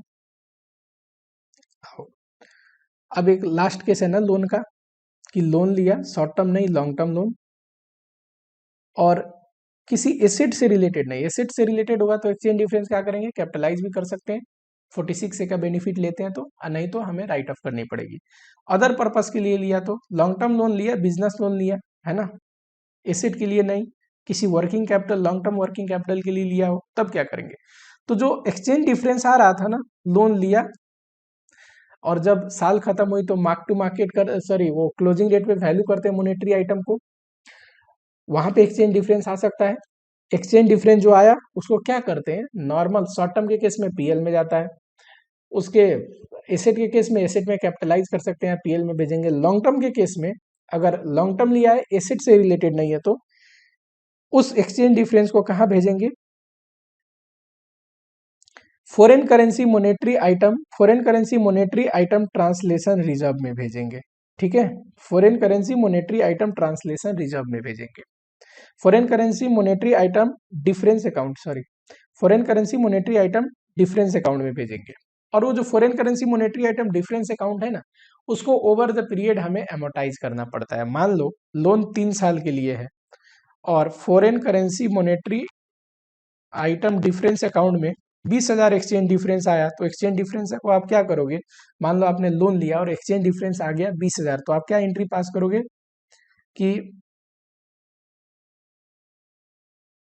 Foreign currency monetary item difference account debit 20,000 से, मान लो टू एक्सचेंज डिफरेंस, उस एक्सचेंज डिफरेंस को यहां भेज दोगे। करेक्ट। अब इसको क्या करना है, मान लो 3 साल का पीरियड का लोन है, तो 3 साल में या 4 साल ले लो कि इजिली डिवाइड हो पाए। 4 इयर्स का लोन है तो 4 साल में राइट ऑफ करनी है, कितना कितना राइट ऑफ होगा, 20,000 को राइट ऑफ करोगे 4 साल में तो 5,000 राइट ऑफ होगा, 5,000। फर्स्ट ईयर में 5,000 राइट ऑफ हो कर दिया आपने, यहाँ से राइट ऑफ करके पीएल में भेज दिया, क्या एंट्री पास करोगे, PL to foreign currency monetary item difference account 5,000, 5,000, तो कितना बचेगा इस अकाउंट में, 15,000 बचेगा। पहले साल का हिस्सा निकाल दोगे, 15,000 बचेगा। अभी तक मैंने क्या पढ़ा है, जो भी एक्सचेंज डिफरेंस होगा उसको भेज देंगे foreign currency monetary item difference में। दूसरा, जितने साल का लोन है उतने साल में राइट ऑफ करनी है। ठीक है, तो पहले साल का मान लो राइट ऑफ कर दिया, मैंने 4 ईयर का एग्जांपल लिया था तो बच गया ये।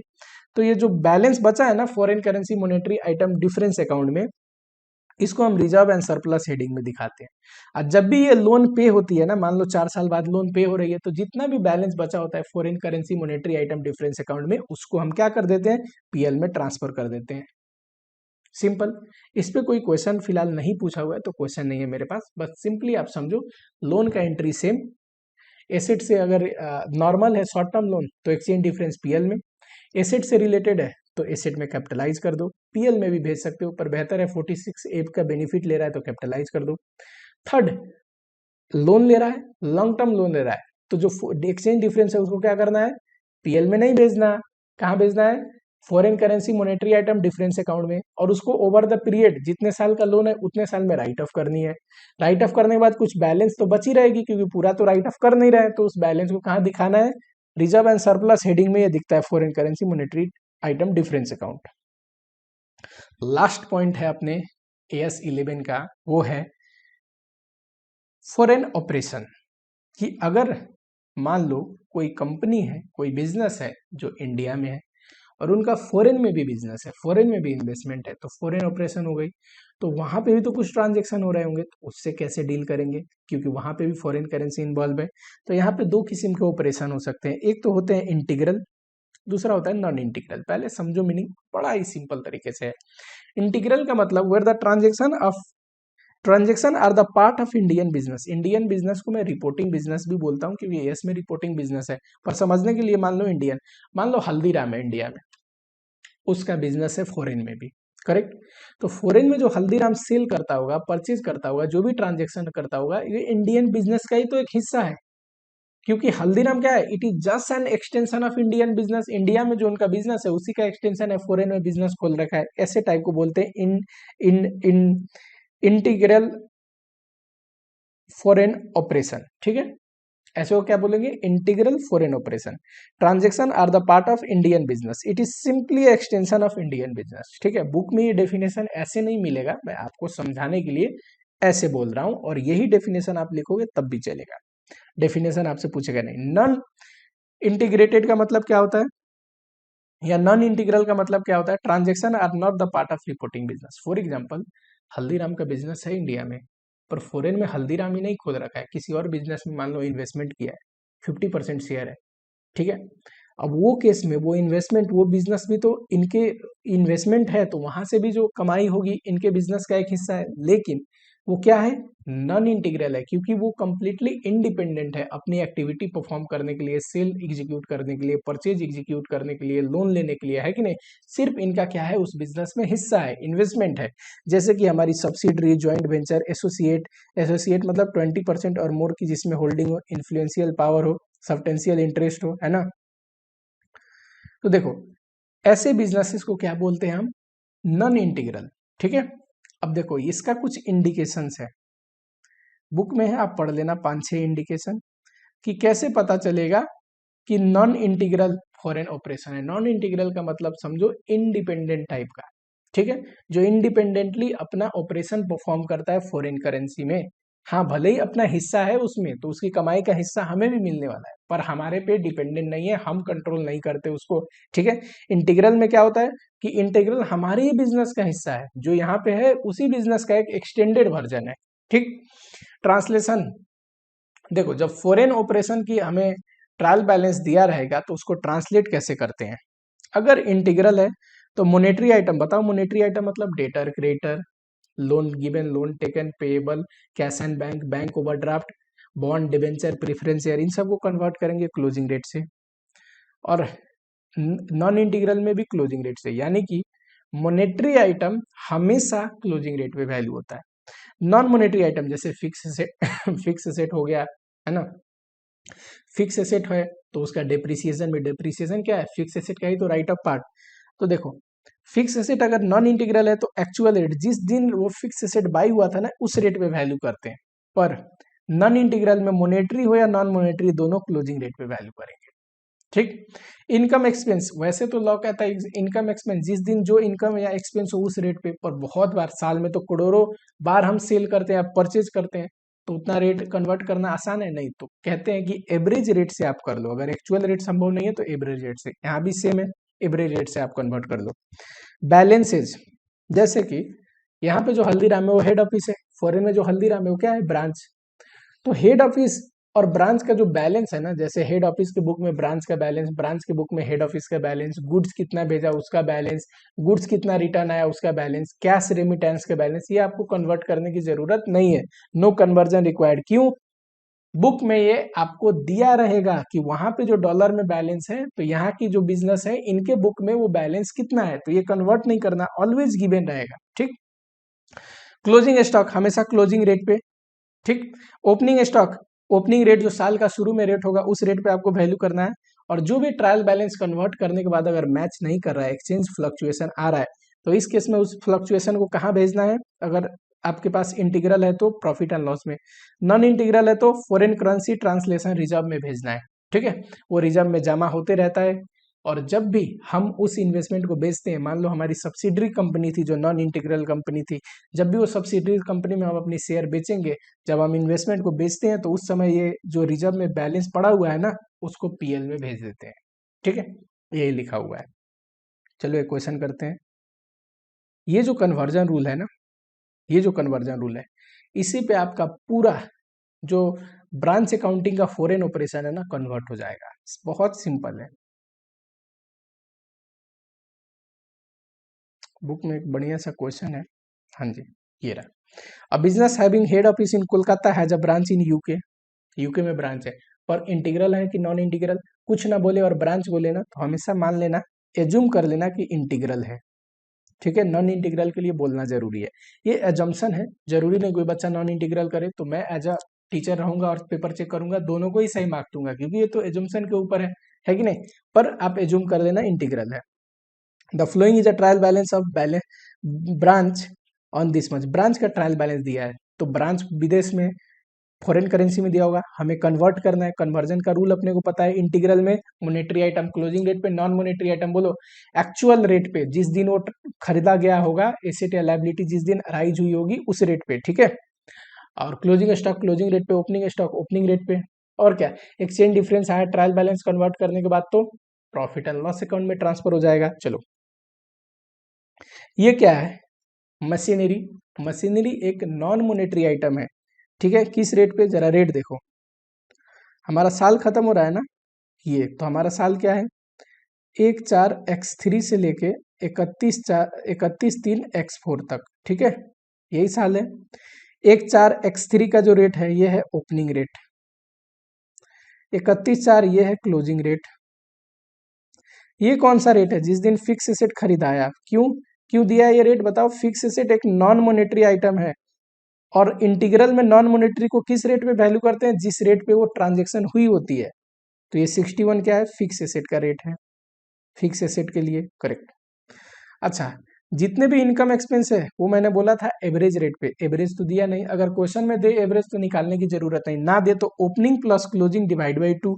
तो अगर आप 63 प्लस 67 डिवाइड बाई 2 करोगे तो 65 आएगा, है कि नहीं? तो एवरेज रेट ले लो 65। अब जरा कन्वर्ट करोगे तो कैसे करोगे बोलो? नॉन मोनेटरी है, 61 के रेट से कन्वर्ट होगा। डेटर मोनेटरी आइटम है, क्लोजिंग रेट 67 से कन्वर्ट होगा। ओपनिंग स्टॉक ओपनिंग रेट से कन्वर्ट होगा 63। Goods transfer from head office, balance should not be converted, पढ़ाया था ये। और इसका जो कन्वर्टेड है वो ऑलरेडी दिया हुआ है कि हमारे बुक में कितना है। ठीक है, तो ये हम सीधा लिख देंगे। सेल परचेज वेजेज सैलरी, ये सारा क्या है? Income expense. इनकम एक्सपेंस किस रेट से कन्वर्ट करते हैं? तो इनकम एक्सपेंस को कन्वर्ट करते हैं, ये चारों है एवरेज रेट पे। एवरेज रेट कितना है? 65 के रेट से कन्वर्ट करेंगे। कैश बताओ, कैश एक मोनेटरी आइटम है, क्लोजिंग रेट से कन्वर्ट होता है 67 के रेट से। रेमिटेंस मैंने बोला था बैलेंस दिया रहेगा, ये रहा फॉरेन करेंसी में, ये रहा इंडियन करेंसी में, कन्वर्ट करने की जरूरत नहीं। हेड ऑफिस का अकाउंट ब्रांच के बुक में, ये रहा फॉरेन करेंसी में और ये रहा इंडियन करेंसी में। क्रेडिटर क्लोजिंग मोनेटरी आइटम है, किस रेट पे कन्वर्ट करोगे मोनेटरी आइटम को? क्लोजिंग रेट से 70 से 67 है। These are the figure within the trial balance. तो ट्रायल बैलेंस तो इनको कन्वर्ट करके क्लोज हो जाएगा, एक्सचेंज डिफरेंस भेज देना। कुछ आइटम है, दो आइटम जो ट्रायल बैलेंस के बाहर है।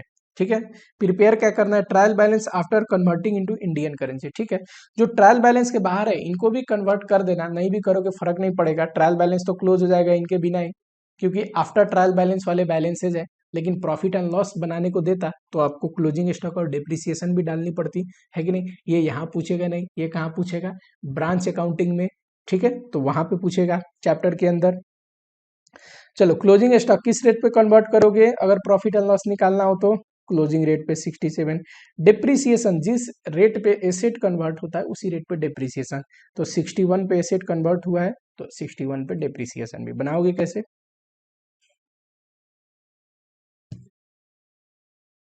Trial balance of branch as on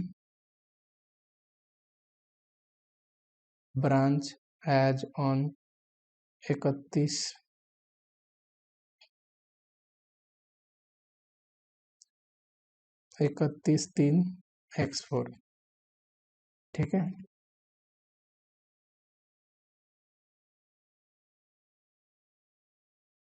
और यहाँ पे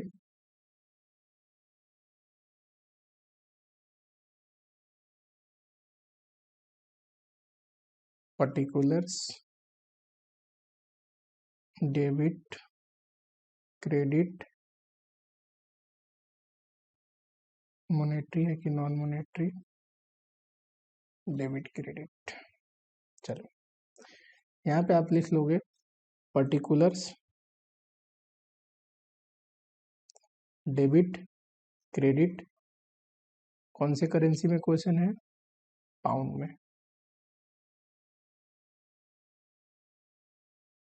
ठीक है। यहाँ पे बेसिस लिखोगे कन्वर्जन का, फिर डेबिट, क्रेडिट, रुपीज में। पहले बताओ, पहले क्या था, मशीनरी था ना, आई थिंक पहला क्या था, मशीनरी। डेबिट बैलेंस होता है, एसेट है। बताओ क्या है ये, नॉन मॉनेटरी आइटम है, किस रेट पे कन्वर्ट करते हैं, यहाँ पे ये लिख लेना, इंटीग्रल, ठीक है। किस रेट पे कन्वर्ट करते हैं, तो इसको कन्वर्ट करते हैं जिस रेट पे ये ट्रांजैक्शन हुई होती है, ठीक है। 61 का रेट दिया हुआ है, बताना जरा, 5000 इंटू 61, 3,05,000। दूसरा बताओ, सब चीज तो मैंने करा दिया, डेटर 16 है, डेटर 16 है। क्या ये मॉनेटरी आइटम है, किस रेट पे कन्वर्ट होगा, एक और अगर वो होता, थोड़ा स्पेस होता, यहाँ पे नहीं है, अगर आप बना पाओ तो आप क्या लिखोगे, एक सेकेंड, ये मिस्टेक हो गया थोड़ा सा, हाँ जी, डेबिट रुपीज में 3,05,000। चलो एक और यहाँ पे आप रेट का भी कॉलम बना सकते हैं, पर नहीं बनाओगे तब भी चलेगा, इंस्टीट्यूट ने भी नहीं बनाया, बना दो तो और बढ़िया, पर स्पेस बचेगा नहीं आपके पास, ठीक है।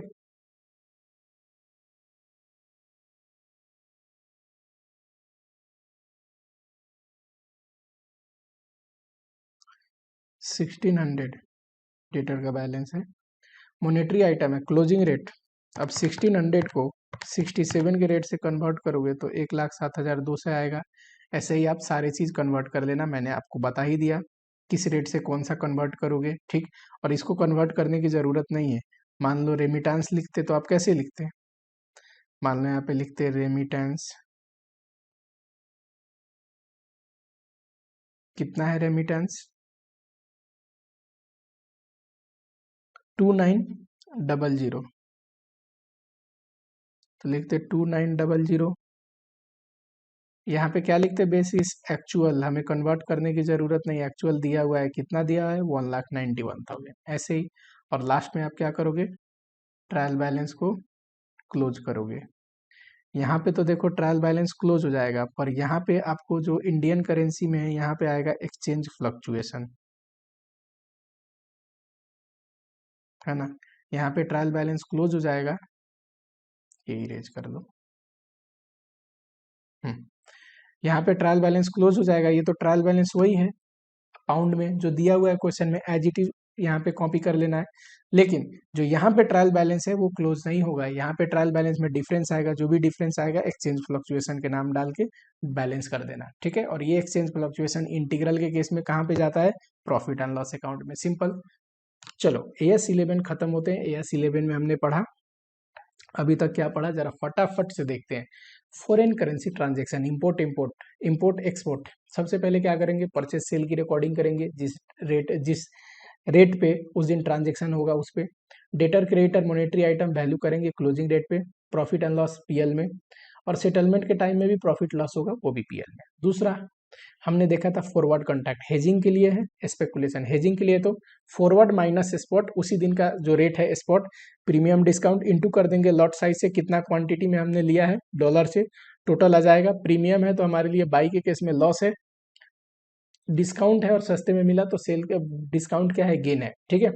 ओवर द पीरियड हम उसको राइट ऑफ करते हैं, बीच में बैलेंस शीट है तो अप टू बैलेंस शीट इतना मंथ का यहाँ और उससे अगला अगले साल। स्पेकुलेशन के केस में क्या है, जो भी पूरी कॉन्ट्रैक्ट में गेन और लॉस होगा कॉन्ट्रैक्ट को बेच के, ठीक है, बाई हमने किया सेल किया, तो जो भी प्रॉफिट होगा सेल ऑन फॉरवर्ड कॉन्ट्रैक्ट पे उसको प्रॉफिट एंड लॉस में रिकॉग्नाइज करते हैं। लेकिन बैलेंस शीट डेट पे मार्क टू मार्केट यानी कि मार्केट प्राइस पे वैल्यू करते हैं। तो बैलेंस शीट डेट पे जितना वहां तक का प्रॉफिट लॉस है उस साल रिकॉग्नाइज करेंगे, उससे आगे का प्रॉफिट एंड लॉस है अगली बार रिकॉग्नाइज करेंगे। फॉरेन करेंसी लोन में बताओ, फॉरेन करेंसी लोन क्या फॉरेन करेंसी ट्रांजेक्शन जैसा ही तो है, लोन लिया, लोन एक मॉनेटरी आइटम है, साल के एंड में वैल्यू करनी पड़ेगी क्लोजिंग रेट से और लोन की पेमेंट करिए, एक्सचेंज डिफरेंस जो भी है कहाँ पे भेजेंगे, प्रॉफिट एंड लॉस में। लेकिन वही लोन अगर फिक्स एसेट के लिए लिया होगा तो उस केस में हम क्या करेंगे, जो भी एक्सचेंज डिफरेंस है 46A पैरा जो है वो कहता है फिक्स एसेट में आप कैपिटलाइज भी कर सकते हैं। और वही लोन लॉन्ग टर्म अगर लेते, किसी एसेट से रिलेटेड नहीं, बिजनेस नीड के ही रिलेटेड, तो एक्सचेंज डिफरेंस को foreign currency monetary item translation difference में भेजते, पूरे लोन के पीरियड में राइट ऑफ करते, डिवाइड बाई जो भी हमारे केस में एक मैंने एग्जांपल लिया था 4 ईयर का लोन है तो डिवाइड बाई 4 करके जितना राइट ऑफ हो जाता पीएल में जाता, बचा हुआ बैलेंस उसका वो जो है foreign currency monetary item translation difference account reserve and surplus में दिखता है। लास्ट केस पढ़ा हमने foreign operation, integral non integral, integral non integral का कन्वर्जन रेट मैंने पढ़ाया आपको, ऑलमोस्ट सब चीज सेम था। मॉनेटरी आइटम दोनों में क्लोजिंग रेट पे होते हैं, इनकम एक्सपेंस दोनों में एवरेज रेट पे होते हैं, क्लोजिंग स्टॉक दोनों में क्लोजिंग रेट पे होते हैं। जो फर्क था वो नॉन मॉनेटरी में, नॉन मॉनेटरी नॉन इंटीग्रल में क्लोजिंग रेट पे होता है और इंटीग्रल में एक्चुअल डेट ऑफ ट्रांजेक्शन के रेट पे होता है। अब जब भी ट्रायल बैलेंस बनाएंगे इस कंसेप्ट को ध्यान देके, तो जो इंडियन करेंसी में कन्वर्ट होगा ट्रायल बैलेंस मैच नहीं करेगा, डिफरेंस को एक्सचेंज फ्लक्चुएशन के नाम से आप डाल सकते हैं, ठीक है। वही एक्सचेंज फ्लक्चुएशन इंटीग्रल के केस में कहाँ पे जाता है, पीएल में, नॉन इंटीग्रल के केस में पड़ा रहता है फॉरेन करेंसी ट्रांसलेशन रिजर्व में, और लास्ट में जब वो हमारा ब्रांच या जब वो हमारा इन्वेस्टमेंट हम बेचते हैं तो उसको पीएल में भेज देते हैं, ठीक है। बैलेंसेज चाहे एचओ ने कैश ट्रांसफर किया उसका बैलेंस हो, या फिर ब्रांच ने एचओ को ट्रांसफर किया उसका बैलेंस हो, गुड सेंड किया एचओ ने ब्रांच को या ब्रांच ने उसको उसका बैलेंस हो, ब्रांच के बुक में एचओ का अकाउंट, एचओ के बुक में ब्रांच का अकाउंट, ये सारे को कन्वर्ट नहीं करना पड़ता, ये सारा आपको इंडियन करेंसी में भी दिया रहेगा, तो सीधा एज इट इज आपको इंडियन करेंसी में लिख लेना है, ठीक है। चलो यहाँ पे करते हैं लेक्चर को खत्म। सबसे पहले आप लोग अगर वीडियो देख लिए और चैनल को सब्सक्राइब भी नहीं करे हो तो चैनल को सब्सक्राइब कर लो, आगे इंटरेस्टिंग एग्जाम से रिलेटेड वीडियो आने वाली है, एंड मिलते हैं आप लोगों से ऐसे ही कोई इंटरेस्टिंग वीडियो में।